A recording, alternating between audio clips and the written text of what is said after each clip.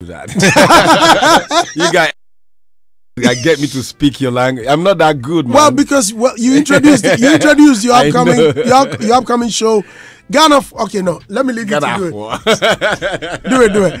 For me, I like the guy at the back, the guy with the backing vocals. Yeah. So what happened was I told Nabil that, you know, I need to do something real. I need to integrate myself. Okay. And if you've been paying attention, I've always tried to integrate my art with Ghana, based on the fact that I owe you guys a certain level of my growth. You know, my first big show that sold me to the world, I did it in Ghana. Really? That was when I did Two Things Involved. That performance was what took me mind-blowing. Yeah, so I'm like, you know what, I owe these guys. That's why you notice that I use Kwabena in my, you know, doing a show called Ghana Jollof. Right. So I thought, you know what, my next promo, I'm going to try and speak your language. Should teach me.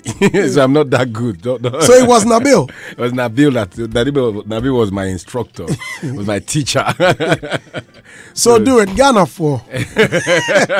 Ghana 4. Michomo. Mumbra. Nayesri.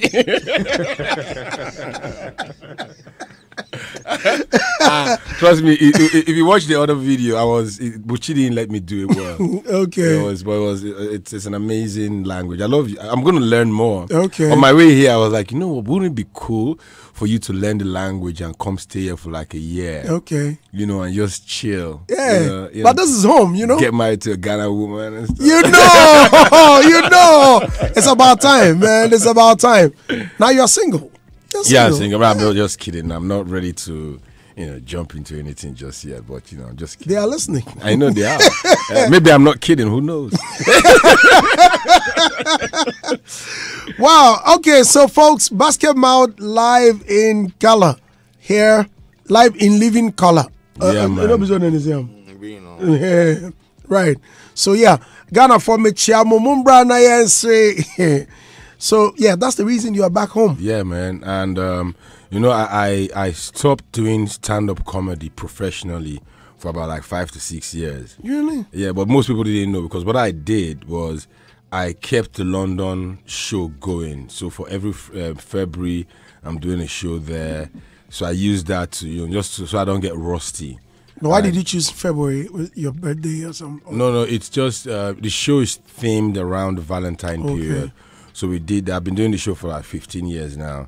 So, but for the past 6 years, I've just been floating, you know. Then last year, I told myself and my team that, you know what, I'm coming back to comedy, and I'm going to do 5 years, and I'm quitting. Yeah. So I'm quitting in 5 years. I've got 5 more years to go to do this, and I'm done. But you can't quit. No, like the thing is, I can. So. There's a plan. I've got the way I plan my life. I'm like, okay, when you get to 50, you stop, you drop the mic. Okay. Yeah, I'll be cracking jokes every now and then, but it's not going to be a professional thing for me. Okay. So if you see me doing a gig, it's just maybe I'm doing pro bono. Okay. Or but I will not charge anybody to perform again. You understand? Because I've made enough. You know, I won't say I've made enough, but I've committed myself to the art long enough to go like, you know what, take a break or, you know, quit, and whatever you're doing from now till the end of time is just you just having fun. Because I'm into TV right now, movie, series and all that, concerts, production. That's where I want to try. I want to start a new journey. I want to experience something new. I'm going to be doing, at the end of 5 years, that's like 31 years in the game. Oh, wow. That's a long time. That's pretty much more than half of my life. Yeah, sure. You know, so I want to do something else, and I want to be remembered for other things other than, you know, legendary. Yeah. Yeah. Great. As successful as you are, how challenging has it been in the industry? Oh, it's very challenging. It's very difficult. Yeah, and that's one of the reasons I actually pulled out from it. Like, you know, the fact that I was being forced, not intentionally, but based on the fact that you need to feed, you're being forced to do what you don't want to do. I'm a stand-up comedian. I am not an MC. But unfortunately in Nigeria, they prefer prefer for you to be an MC and also a stand-up comedian as well. That's not my design. I'm a stand-up comedian, not a master of ceremony. So that was very difficult because this is me fighting myself every day, you know, asking myself, are you true? Are you honest with your game? Are you honest with your art? And at some point I was like, you know what, you're going to drown if you stay like this. And there's one thing people like, now, how do you stay relevant? That's another problem, you know, and it shouldn't be a problem, which is not for me. Yeah, but for some people, that's a problem for them because they try as much as possible to remain relevant and end up forcing themselves to do something they're not supposed to do. So for me, I just enjoy the ride, and you know, but that maintain, you know, growing up, getting to the top is maybe not too easy, but staying there is very difficult. You know, you mentioned this yesterday or something like that. Yeah, staying there is very difficult. You know, I have to stay fresh, and everyone is looking at you. You are a big target. You know, any mistake you make, you're probably a disaster waiting to happen. So those things are things you have to be mindful. You can't forget who you are at every point in time. And bro, man, I'm human. True. And I want to do normal stuff. I can't be acting like, you know, someone is always looking. I want to be free, you know, and that's the life I want to live. For, you know, after 50, I want to be free. I want to leave the space. I just want to be, you know, behind the scene, producing TV shows and all that, and live a normal life. You just as you mentioned, you want to live a free life. They always say the people that entertain rather don't get entertained. Exactly. I want to be entertained. So what entertains you? So I'm for the first time in about 26 years, I'm going on a holiday. You've never been? I've never been. Always working. Always working. Wow. So next month, I'm going on a boat cruise. And that's going to be your entertainment. That's my entertainment. Jesus. Because they have a lot of stuff in the, you understand, on the boat, right? And I'm just gonna, like, you know, because there the good thing is people will know who I am, right? At least 99.9%, they will know. So there, I'll watch what they watch, you know, go for the shows, see the whole, you know. You'd be amazed the number of people that will approach you for autographs. I doubt that. Yes, I picked the right boat. That no one will notice you? Not like they will. Definitely, there are Nigerians, Africans doing the same thing, but it won't be that many. You know, and it's, you know, but in terms of entertainment, I love comedy. In actual fact, I love watching comedians perform. I enjoy comedy, so I love to watch people perform and laugh and enjoy it. I love music. I love movies. You know, in terms of entertainment, I'm very easy to please. I'm not a hard crack. You know, but it's gonna be fun, man. I'm really looking forward to it. Do you pay to watch comedians perform? Yeah, I've paid to watch. I paid to watch Chris Rock perform. I've paid to watch. Okay, with Kevin Hart, I got a complimentary ticket, but I've paid to watch, you know, a lot of comedians perform. Mario Joyner and the rest of them. About Africans?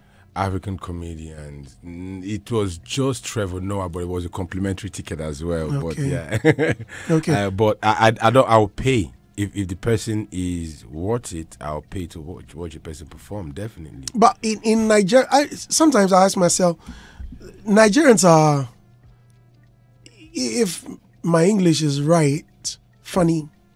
As in, even in normal Nigerian, 1, 2, and it will make you laugh. Yes. Interesting individuals. Mm-hmm.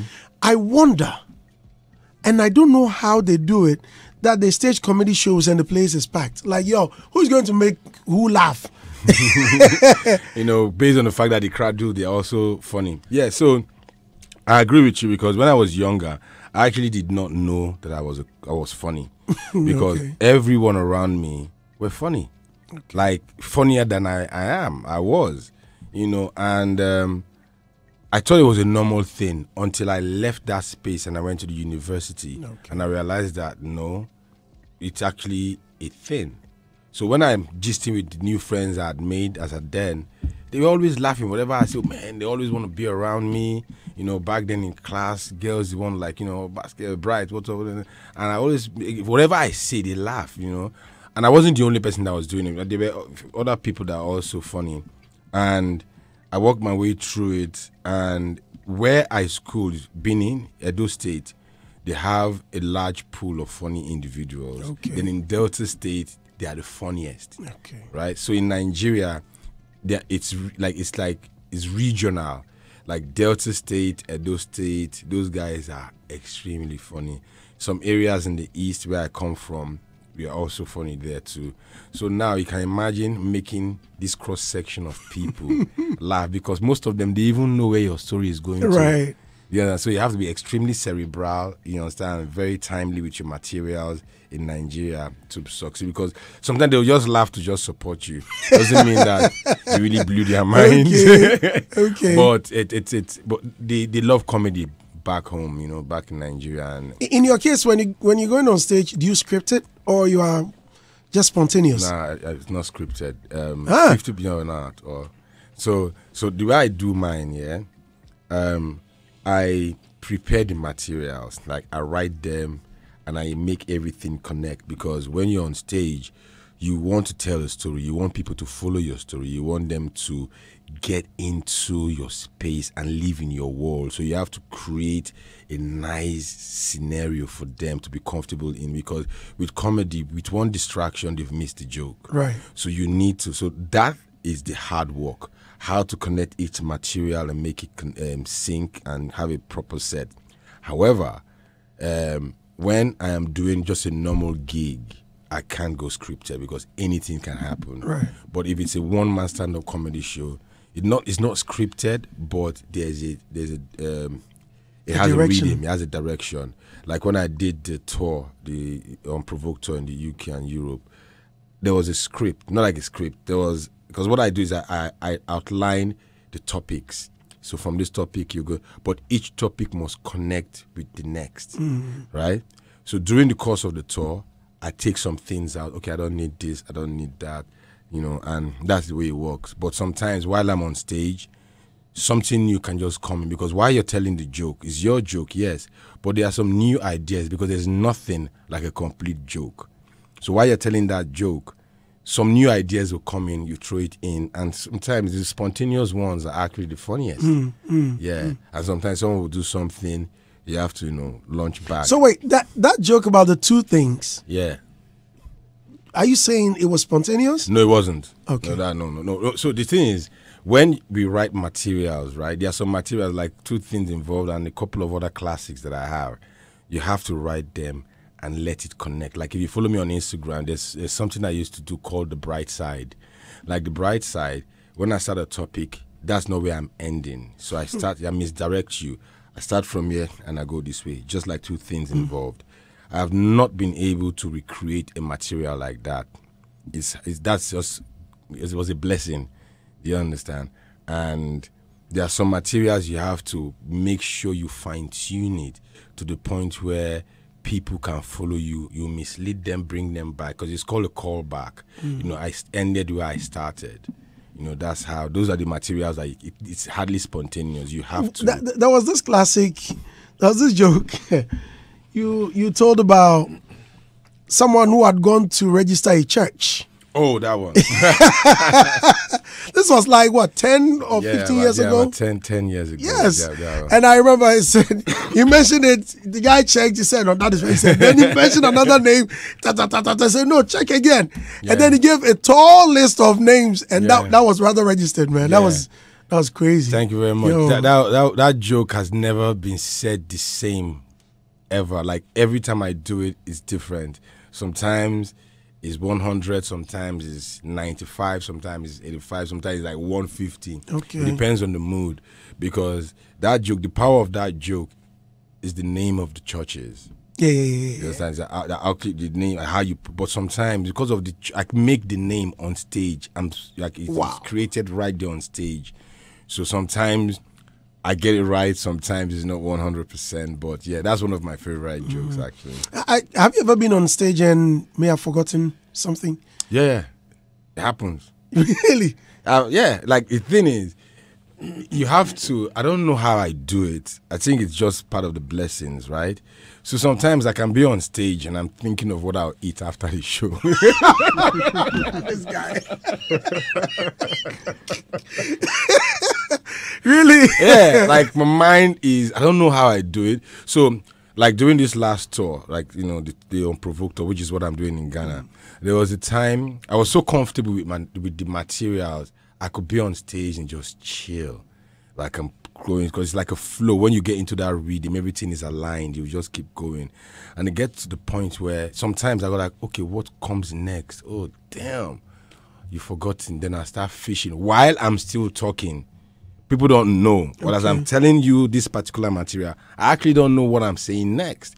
But towards the end of this one, sometimes it comes, and if it doesn't come, I always go to something similar to that material and buy time until I remember. So comedy is not really that easy, but people don't know, man. But they say fooling ain't, the Americans say fooling is no joke. Yeah, man, it's not a joke. Fooling ain't no joke. But have you had time to perform with Ghanaian comedians? Yeah, I've like Obi Aponsa. He's been to Nigeria before. I brought him to Nigeria. Mad. He nailed it. Yeah, he represented you guys. Yeah, I saw it. You saw the performance. Yeah, like, he was a monster. He told us, there was this joke he told about. I think when he was ending, he said he went out, he took a lady home, and then the lady took the corset. Is that what corset? The lady took it off. And then the lady's voice changed. Yeah. And he said, why is it that just some few minutes ago you were talking like Celine Dion? All of a sudden you are sounding like Don Jazzy. And that was dope. No, he killed it. And Jacinta did the same as well.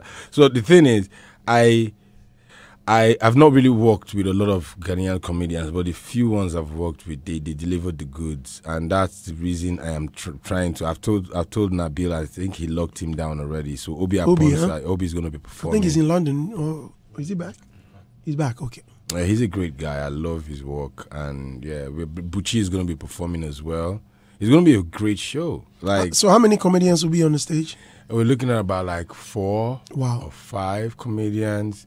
Aside me, or maybe including me. It's going to be a great night then. Dude, Kwabena is performing. He's one of my favorites. Oh, your guy. It's my guy. Not long ago, I saw you with Sarkodie. I think you guys were in Germany? Yeah, or in London? In London. Okay. London. He was going to Germany. I just came back from Germany. And also, and funny thing is, Shatawale is actually on my next album. Right? Okay. So it's just interesting that everything is happening, like this whole Ghana integration with myself and you guys, and I love the fact that and for some reason I've been bumping into a lot of Ghanaian brothers and sisters, like in Ghana, Sarkodie, this one, the next, me and Shatawale. The way his response, right? I've known him for a while, but we've never had the opportunity to really speak properly. And I told him, like, look, I'm working on this album. I'd like for you to jump in it. And I sent him the song. He loved it. He was done with it under a few hours. He had given me his verse and he nailed it. And the guy said something quite interesting. The guy said, you know what? It's for free. You don't need to pay me any royalty or anything. Take it. It's yours. Okay. Wow. Like, dude, man, nobody has ever done that before. And to think that it's a Ghanaian brother doing that, it made me very humble. So, I'm loving what's going on right now in my life. Straight. Well, you are loved. So when is the event? It's on the 8th, Easter Saturday, 8th of April. 8th April. Oh wow. Yeah, it's going to be like, we did about 16 shows already. Yeah, before heralding this one, and all the shows we did were monster shows, man. And this is the first time we're doing it in Africa.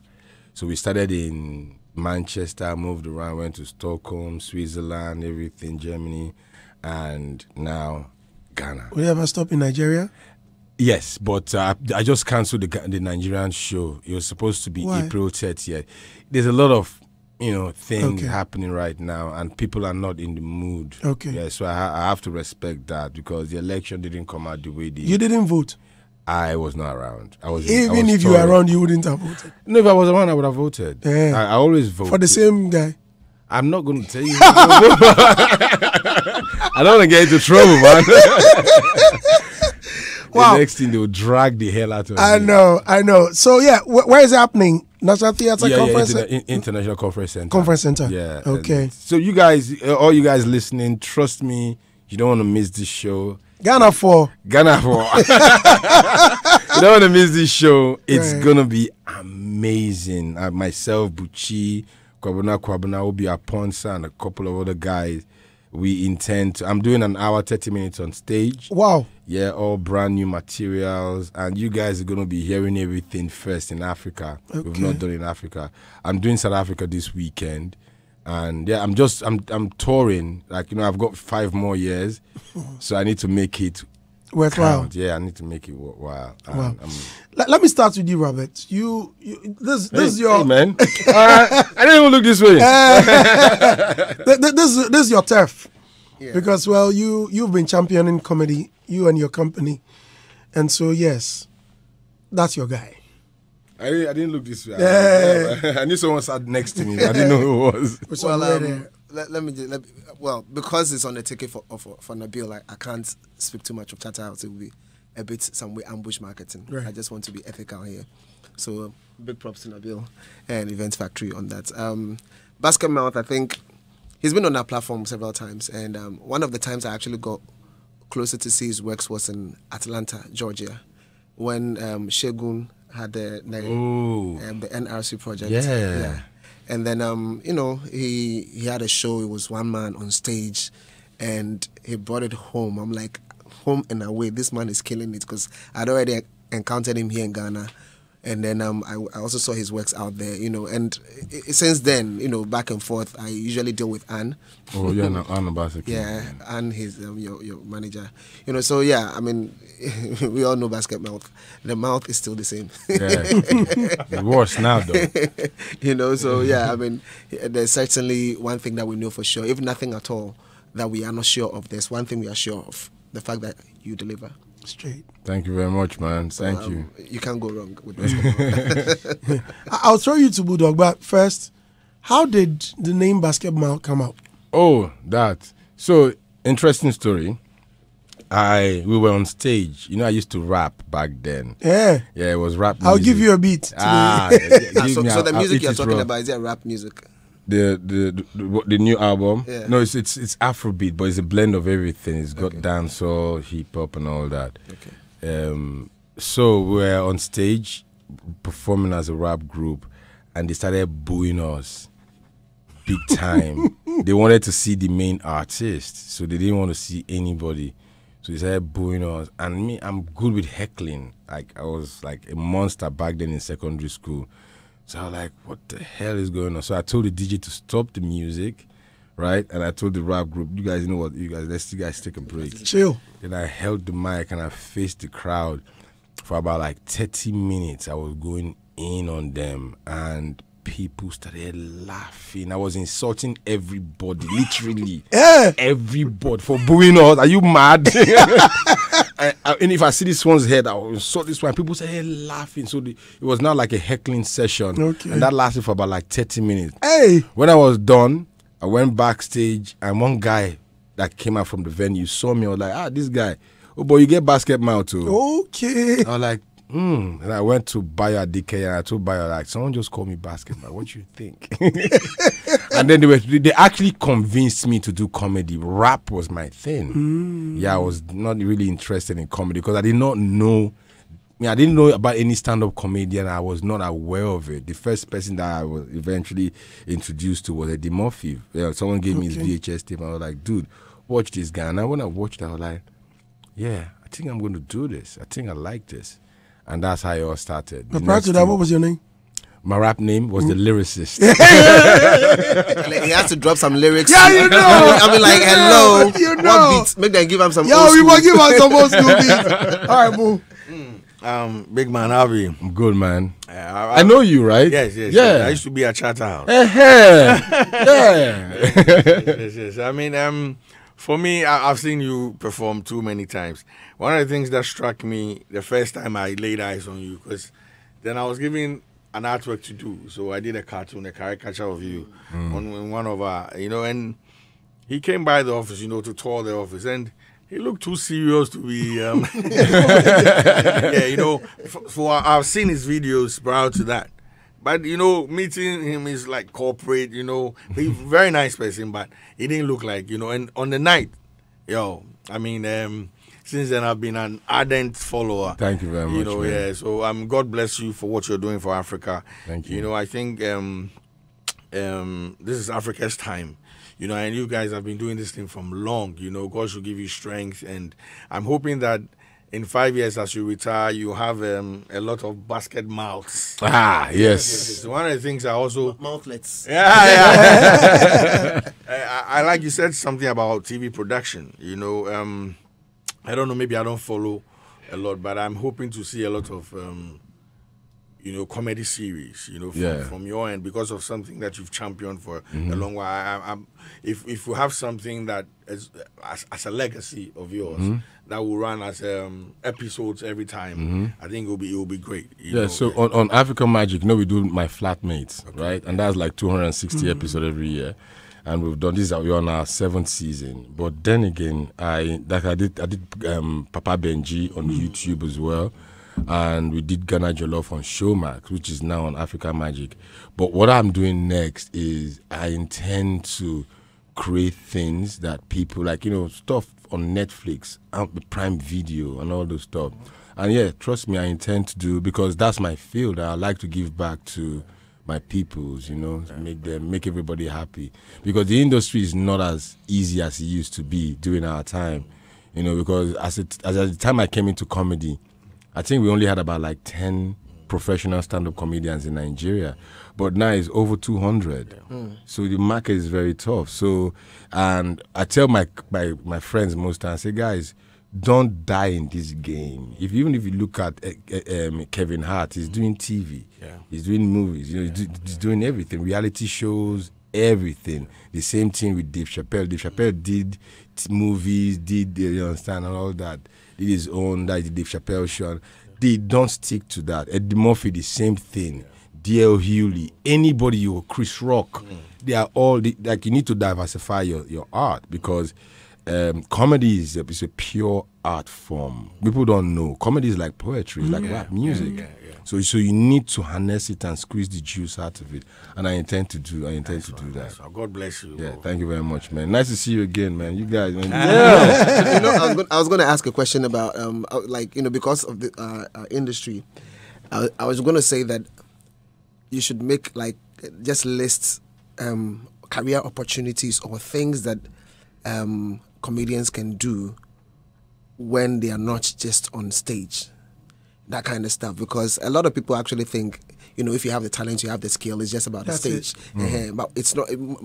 The business aspect, money may not always come from the stage, but sometimes you wouldn't know this until you talk to people who are in the space, because they've been there, so they can tell you that, look, money they come from here always. You need to stretch, you need to do that. Maybe if you can just walk us through that, just 1 minute or 2 minutes. Okay, let me see.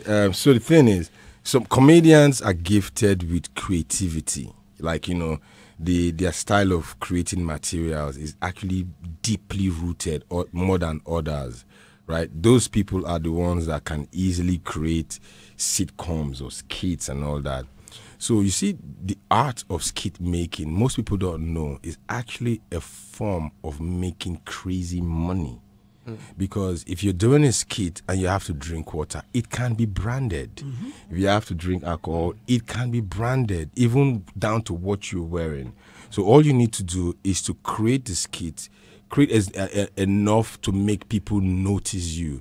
Then you go and meet these brands and show them a reference, like, look, guys, this is what I've done. These are my views, X, Y, Z. But for the next series, and now, this is where it gets better. And this is my trick, and I'm telling you guys, make everything a package. Don't just throw out things. Create a poster for it. Make it seasonal. Make it a thing. That's when a brand will want to affiliate themselves with it when they know that, okay, it's not a one-off. He's doing 13 episodes of this thing. And they are thinking, how can we plug in our brands? Because what you're selling is the fact that, look, there's no limit. If you put your TV advert on TV, it's only showing in Ghana. But when you put it on my platform, the whole world is going to watch it. So that's what you're selling. A lot of people don't know, but you can make crazy money just creating skits. You understand? Down to the car you drive. You can go and meet the car company and tell them that, look, I'm doing an advert and I would like to use your... Because they are branding for people for free. You understand? There's a lot to... Trust me, I need to do a TED Talk one of these days. Yeah, very necessary. Yeah. Now, Bill, maybe we'll do something small when I come to Ghana, maybe like a day before the show, for a few entertainers and all that. Like a seminar, sort of. Yeah, small thing. Comedian Hogan sends his regards. Oh yeah, man. I hope you. Hey, man, Hogan, how you doing? He says he would love to do the show. So yeah. Nabil is the man. Nabil, please book Hogan. All right, Martinez. Yeah, Martinez, nice name. Thank you. One of the finest. One of the finest comedians we've seen in our game. Yes, and for me, I think you brought a certain standard, certain class. A comedian with a swag. That's how I used to call you. Interesting. With the dreadlocks and I like that brand so much. I don't know why you cut it off, but it looks so good on you. Yeah. That gave you a certain unique look. You know, right? So what happened was I got tired. Then my kids as well. So my son was the one that said, Daddy, when are you going to cut this hair? And when your kids just look at you and tell you something, you know that they've been processing it for a long time. And maybe they've discussed it with their friends. So immediately he just said, when are you going to cut your hair? I asked him, don't you like it? He said, no anymore. Okay. So that was one of the things. But besides that, I actually wanted to be brand. And I was like, you know what? I'm creating Papa Benji. Mr. Jiminus cannot have dreadlocks. Okay. So I had to start rebranding myself, and gradually into a new... Well, if you notice, sometimes I leave the afro. Okay. Sometimes I keep changing it. So that now there's no style. I'm anything right now. But I really love the look, and as at the time I did it, because like you said, it made me stand out. And I did not do it intentionally. I was just doing it for fun. Then somebody said, Bright, if you do this kind of hair, people will not book you. And I love things like that. I was like, they will not book me. Okay, you know what? Let me see if they will not book me. So all I needed to do was to be better at what I do, and let's see what's going to happen. And everyone accepted it. But before then, they used to frown at things like that. Yeah, I was one of the few people that started doing such hairstyle. Before, when you do that, this one is probably a druggie or something. True. But I changed it. It's true, because I faced it. Remember I told you before? I gone to a program after my presentation. A lady called me. In fact, she was light-skinned. I don't want to say she's white. Okay, I've said it. And she asked me, well, you speak so well. But what's it with the hair? Yeah, they do that all the time. The things with the hair. What's it with the hair? Because you had beard, and when your daughter said, "Daddy, when are you cutting off the beard?" It wasn't that. The thing is said about kids. Yeah, so I was on the phone with my son Ishra, and I'm saying, something serious, and he's like, he just held his chin like this, and I'm like, "What's your problem?" He says, am I all right? I said, yeah. So I'm growing gray. If I want to die, I should come there and die. I shouldn't die in Ghana.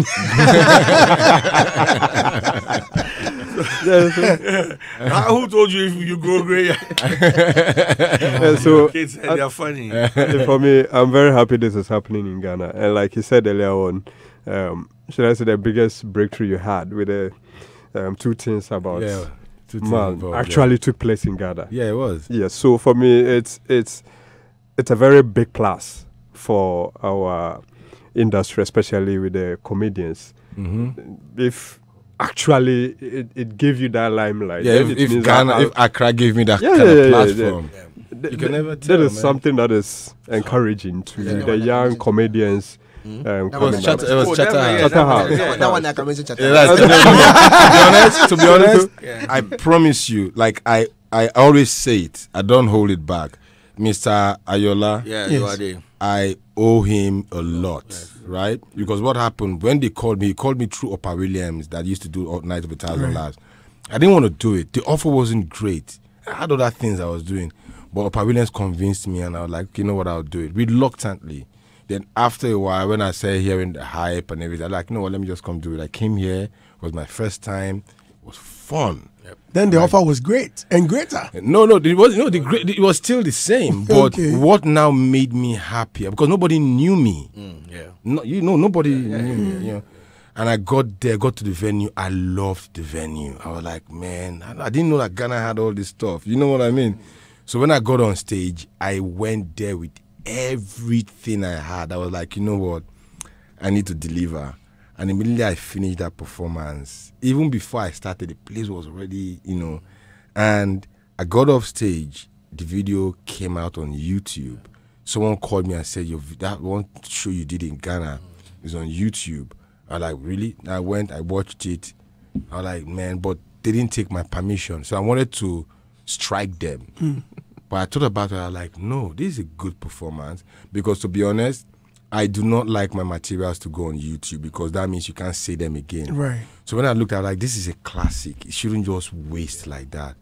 But at the time I was contemplating it, I had gotten a call from South Africa. Wow. I like, you know what, let this video stay there. Let me bust your brain. You see, at that time, Nabil was still working with us. Yeah. He's been with us all that time. Wow. Back in the days with Chatterhouse, So the production and all that stuff you see, it was him. I remember him. That's how the whole thing started. And it was, I don't know, man, but big up to Chatterhouse, man. I owe them because everything, even Russell Peters, right?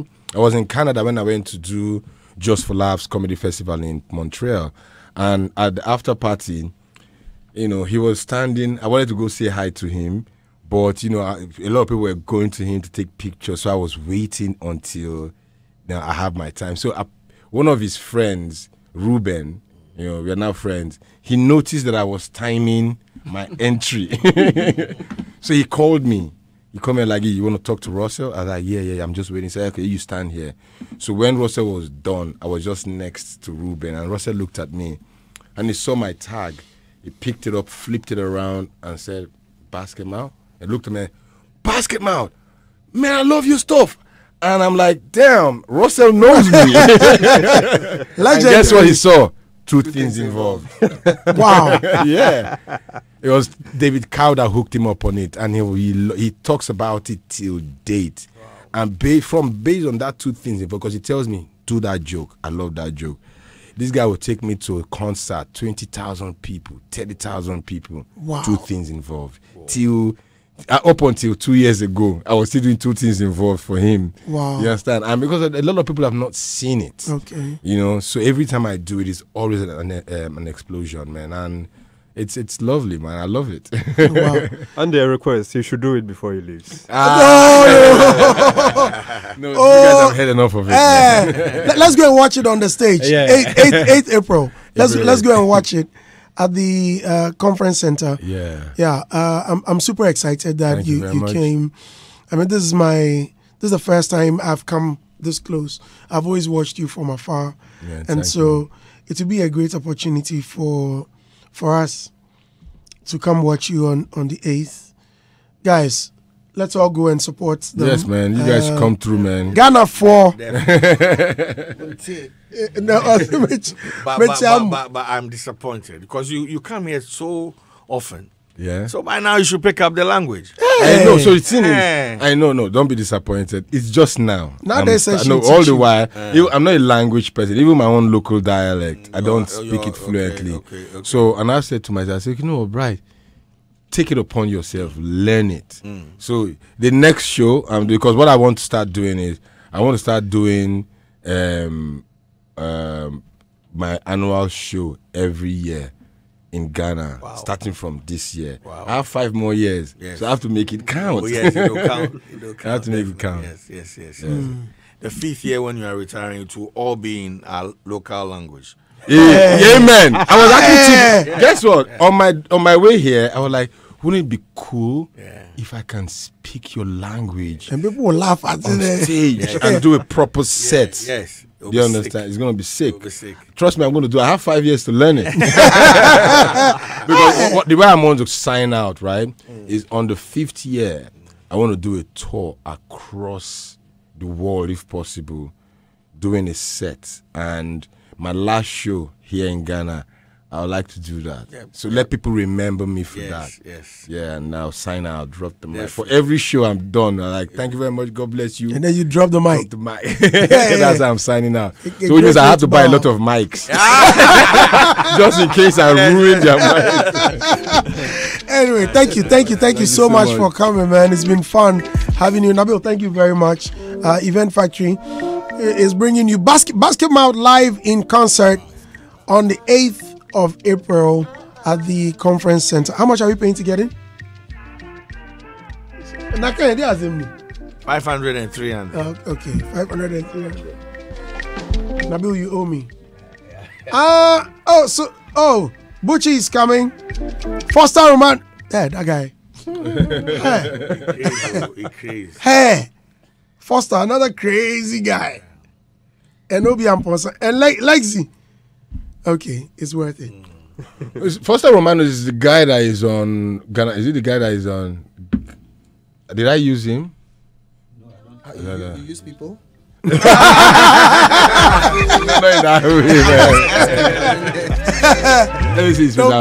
Foster, man, crazy guy, another crazy guy. Okay, I know him, but no, it's not the guy. I'm mixing it up. Where do we get the tickets? Yeah, you get a ticket at Frankie's in Osu, Accra Mall, Nalen Clothing, Bachuna Total. Or you go to www.vtickets.com. Okay. That's V-Tickets with an S. Tickets. V-Tickets. Yeah. Right. Yeah. V-Tickets. So 500 Ghana cedis for VIP and 300 Ghana cedis. How much is that in dollars? Oh, child. The dollar guy. $50. That's cheap, man. You know, rich. $40. You should have made everything VIP now. Yeah. So that's Akufo-Addo CDs you're talking I can't wait, especially Lexi. Lexi, the comic is in action, man. He told a joke about the president the other time. The 1,000. What? Oh, I think you hosted the event. Charlie, can you imagine? I saw another. He say, the guy Chris. He say, so policeman will go eat biscuits. He say, if any car they pass, he just go stop the car. Hey, what do you have in the car? Give me money. Say, we don't have money. What do you have? Anything I go chop. They say biscuits. Say, boys, be like they lay some or something. So the policeman they chop that thing some he high up. So the president they pass. He don't know say be president. Say, hey, my friend, park. So he parked the motorcade. He park everybody. Yeah, man, he might know day. So he rolled down. Where he goes, he say, but you know our president is small. So he say he reads there. He see, I say, hey, would you go to school? Hey, Lexi, Charlie. So guys, let's meet on the 8th of April and let's go and laugh.